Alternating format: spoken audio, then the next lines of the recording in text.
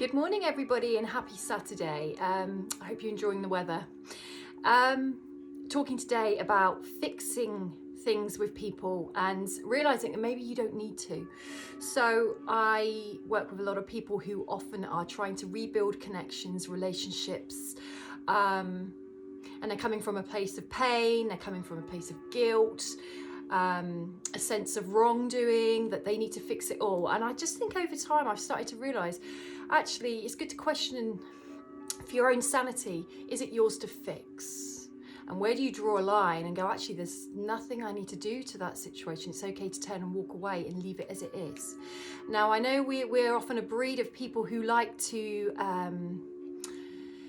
make amends, make everything right, because it makes us feel better, it helps heal our hearts, it feels like the right thing to do. Or is it? So what I mean by this is, where do you come to a place in yourself where you've done quite a lot of legwork with trying to fix a connection with somebody, to discover that nothing that you do makes it better? I often think, is it all yours to fix? Has this other person also equally put in enough effort to fix it? Which may mean that they need to go and take inventory of themselves and what part have they played in the breakdown of a connection. It is okay sometimes to leave things quite broken.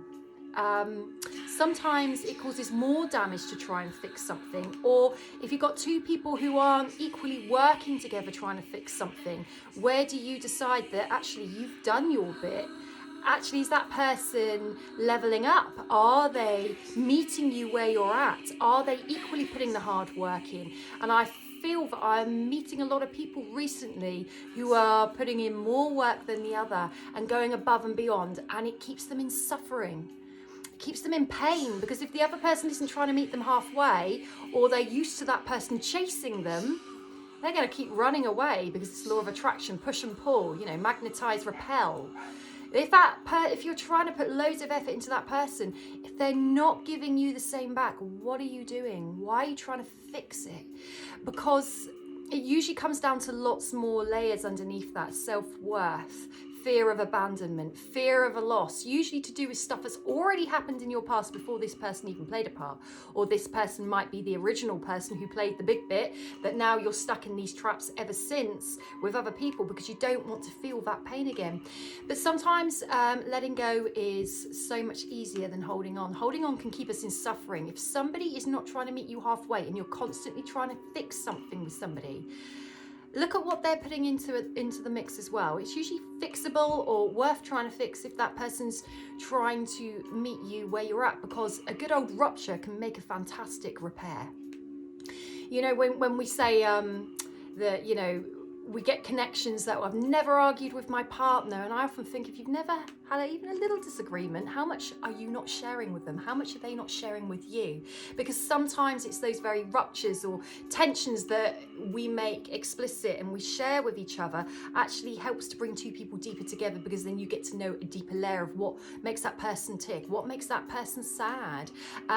You can also start to understand why that person's behaving a certain way. It might be a really frustrating behavior, but when they actually share, you know what, it really saddens me when that goes on and then I do X, Y, and Z. That's when your heart can open with compassion and, screw the frustration of their behavior. You can start to work together on that. If somebody's not working with you, what are you putting all that energy in for?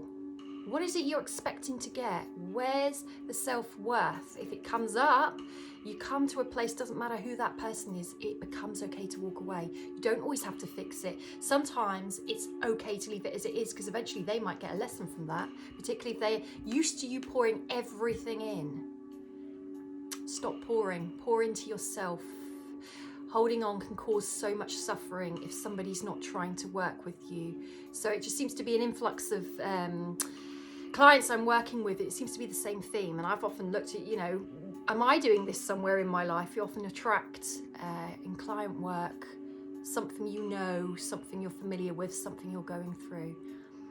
I've poured way too much from my cup before to people that do not reciprocate, because my heart is so big and my empathy overload put me in a very vulnerable situation, because actually I was neglecting myself in favour of people who weren't putting an ounce of time and effort into me in a way they should. I've learned to walk away from those connections no matter how close they are. I don't try and fix it. More to the point, I don't look back. I wonder if that means anything to you. Anyway, you can see more of what I do at www.holisticsue.com. See you at some point.